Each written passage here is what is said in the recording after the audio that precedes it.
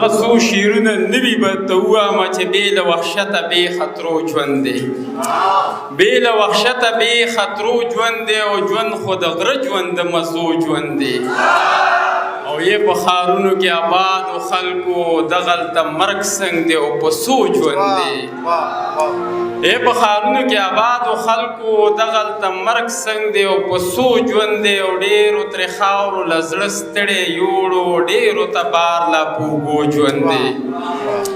او د ښکلو ښار کې د مینو خوارو تش په وعدو او بهانو ژوند دی او تر هلته به موږ څنګه سوځو زموږ چې دلته په لمبو ژوند دی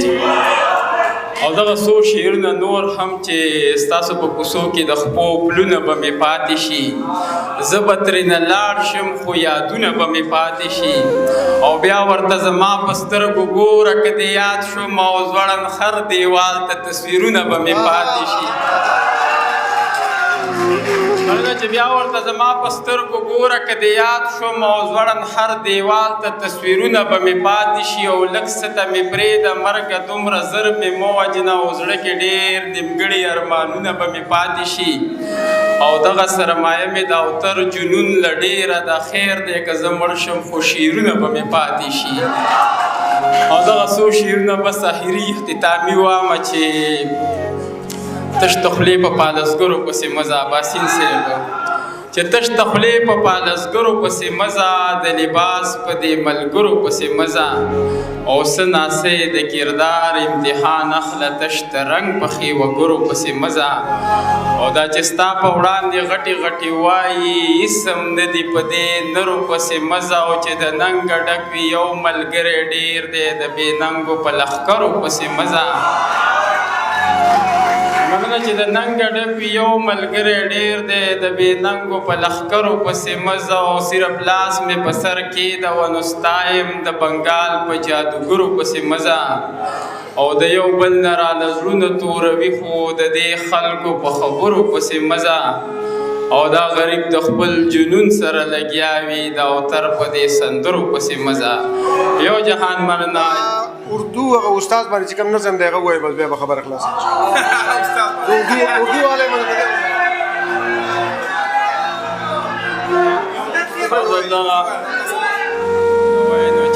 چې ژوند مې ټول تېر کړی ښه په ناز او په انداز وي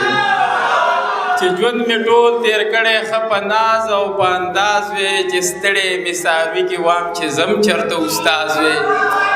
او څلېرویشت ګنټې ورځ کې مې 5 ګنټې ډیوټي وې چې سهار څه ټایم راتللی بس زما خپله مرضي وې جمعه چوټي مې خپله وې اتوار مې سرکاري وې څادر مې جوخ اغوستی وې نه بیلټ وې نه وردي وې په ټول اسکول مې ځان له جوړه کړې بادشاهي وې چې ناست وې په کرسۍ کې لګولې مې هینډري وې نو چې نه د چا ماتخت وې نه په ما د چا آواز وې او چې ستړی مې څاروي کې وام چې زم چېرته استاد وې او په لږه مې کار نه کېږي 80,000 تنخوا وې په هر جب کې چې 20,000 روپۍ پرتې زما وې ولاړه د کور مخې ته مې توره کرولا وې وړو چې رالپۍ راوړې د چا چې لنګې غوا وې نو په لو کې شاګردان را سره 20 کسه لګیا وې په زړه کې چې مې څه راتلی قبوله مې دعا وې نو راتللی په سکوټر خو چې جوړ کړی مې تجاز وې او چې ستړی مې څاروي کې وام چې زم چېرته استاز وې او په سر کې سپین نشته ایله وسته ځوانېدو دی ګوهر نوید صاحب ته د ډالۍ چې دوی غوښتنه وکړله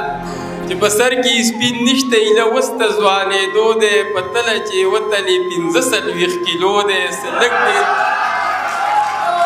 په سر کې سپین نشته ایله وسته ځوانېدو دی په تله چې وتلې 45 کیلو دی سلک ډېر زده کړي دي استاد مې د اردو دی د یو شعر تشریح نه کوي مین په کخانو دی او دا خان استاد یادو ما څنګه ژوندې د مزو دی نو استاد یې لږ اوتر به دې پوه کړی په دې راز وی او چې ستړی مې څاروي کې وام چې زم چېرته استاد دی یو جهان